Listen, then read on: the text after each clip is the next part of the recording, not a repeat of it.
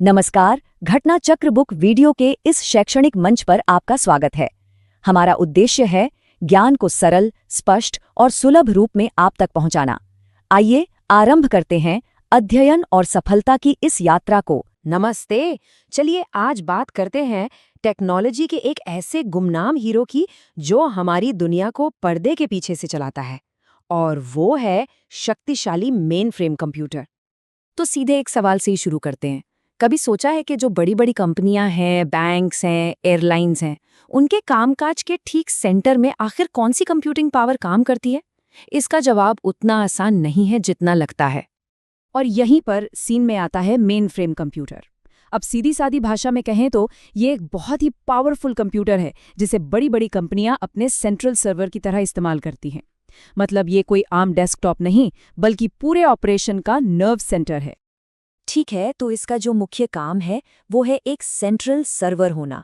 जरा और समझते हैं कि एक सेंट्रल सर्वर होने का असल मतलब क्या है। इसका मतलब है कि एक ही टाइम पर सैकड़ों, हजारों लोग एक ही मशीन से कनेक्ट होकर अपना अपना काम कर सकते हैं।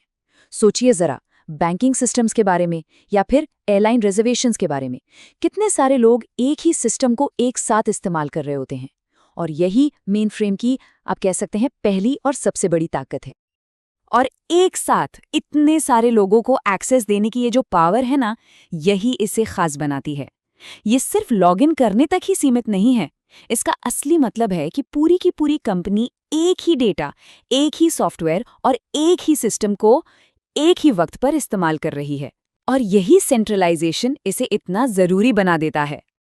लेकिन एक मिनट, एक साथ इतने सारे यूजर्स को हैंडल करने के लिए एक कंप्यूटर में आखिर क्या होना चाहिए? मतलब वो क्या चीज़ है जो इसे क्रैश होने से बचाती है? और बस यही सवाल हमें मेन फ्रेम की अगली खासियत की तरफ ले जाता है। और वो खासियत है इसका जबरदस्त स्केल और इसकी बेमिसाल पावर। देखिए, मेनफ्रेम कंप्यूटर्स सिर्फ बहुत सारे लोगों को संभालने के लिए नहीं बने हैं, बल्कि ये इस काम को कमाल की स्पीड और भरोसे के साथ करने के लिए बने हैं। इस पावर का सबसे बड़ा राज जानते हैं कहाँ छिपा है? इसकी मेमोरी में। मेन फ्रेम कंप्यूटर की मेमोरी बहुत बहुत ज्यादा बड़ी होती है। और जब हम कहते हैं बड़ी, तो हमारा मतलब वाकई में बहुत बड़ी से है। यहाँ जो फर्क है ना, वो सिर्फ साइज का नहीं है, बल्कि पूरे डिजाइन का ही है। एक तरफ हमारे नॉर्मल स्टैंडर्ड कंप्यूटर्स होते हैं और दूसरी तरफ है मेन फ्रेम, जिनकी मेमोरी बहुत बड़ी की कैटेगरी में आती है। और इतनी मैसिव मेमोरी ही तो उसे ताकत देती है कि वो हजारों काम एक साथ बिना रुके कर सके। तो चलिए, अब तक जो भी हमने समझा है उसे फटाफट एक साथ जोड़कर देखते हैं। मेन फ्रेम की असली पहचान क्या है, इसके की पॉइंट्स क्या हैं? देखिए, मेन फ्रेम को 3 पिलर्स पर खड़ा हुआ समझिए। पहला, ये एक सेंट्रल सर्वर है, मतलब किसी भी बड़े ऑर्गेनाइजेशन का दिल।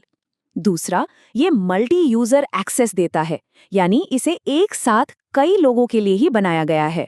और तीसरा, इन सबको सपोर्ट करने के लिए इसके पास है विशाल मेमोरी की शक्ति। ये तीनों चीजें मिलकर ही एक मेन फ्रेम बनाती हैं। तो अगर एक लाइन में कहना हो तो ये एकदम सटीक है, केंद्रीकृत, शक्तिशाली और एक साथ कई लोगों के लिए डिजाइन किया गया। बस यही है मेन फ्रेम की असली पहचान। और इसी एक सवाल के साथ आज की चर्चा को यहीं रोकते हैं कि टेक्नोलॉजी की आज की दुनिया में, जहां सब कुछ क्लाउड और डिसेंट्रलाइज्ड नेटवर्क्स की तरफ जा रहा है, वहां इस तरह की एक बड़ी सेंट्रलाइज्ड पावर का क्या मतलब है, इस पर सोचिएगा जरूर।